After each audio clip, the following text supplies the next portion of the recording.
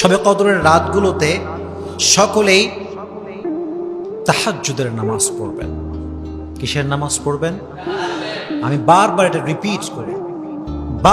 Repeat করি, কারণ ওয়াযাক্কির ফাইন্না যিকরা তানফাউল মুমিনিন, আল্লাহ তাআলা নিজেই বলেছেন বারবার বলো, এটা তোমাকে আমল করতে সহজ করবে। সুবহানাল্লাহ পড়লেন না? এটা বড় উপকার হবে আপনার জন্য। তাহলে লাইলাতুল কদর যখন আসবে বা শেষের দিকে এই সময়গুলোতে সকলে প্রত্যেকটা রাত নফল নামাজ এবং তাহাজ্জুদ নামাজ সকলে পড়বেন তো ইনশাআল্লাহ? মাশাআল্লাহ। এবার আসেন একটা হাদিস শোনাই।